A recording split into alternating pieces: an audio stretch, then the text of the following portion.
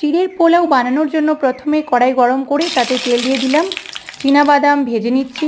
ভালোভাবে লাল করে ভাজা হয়ে গেলে ওই তেলেই দিয়ে দিচ্ছি অল্প পরিমাণ কাজু ও কিশমিশ। এইভাবে লাল লাল করে ভেজে নিলাম। এরপর ওই তেলের কড়াইতে দিয়ে দিলাম অল্প পরিমাণ ঘি।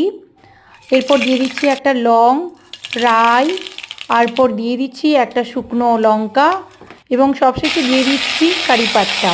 ভালোভাবে ফ্রাই হয়ে গেলে দিয়ে দিচ্ছি একটা এলাইচি এবং বাড়িতে থাকা কিছু বিনস, গাজর, আলু, ক্যাপসিকামের টুকরো দিয়ে দিলাম স্বাদ মতো লবণ ও হলুদের গুঁড়ো। ভালোভাবে নেড়ে চেড়ে এটাকে খুব সুন্দরভাবে ফ্রাই করতে হবে। দেখছেন এইভাবে লাল লাল করে ভাজা হয়ে গেছে। এরপর আগে থেকে ভেজে রাখা সমস্ত ড্রাই ফ্রুটগুলোকে আমি এর ওপর দিয়ে দিচ্ছি। ভালোভাবে নেড়ে নিলাম। এখানে আমি কাঁচা চিড়েটাকে কিছুক্ষণ আগে জলে ধুয়ে জল ঝরিয়ে রেখেছিলাম, ওইটা দিয়ে দিলাম। সমগ্র উপকরণের সঙ্গে মিশিয়ে নিলাম। দেখছেন চিড়ের পোলাও তৈরি। খুব সুন্দর খেতে হয় এটা।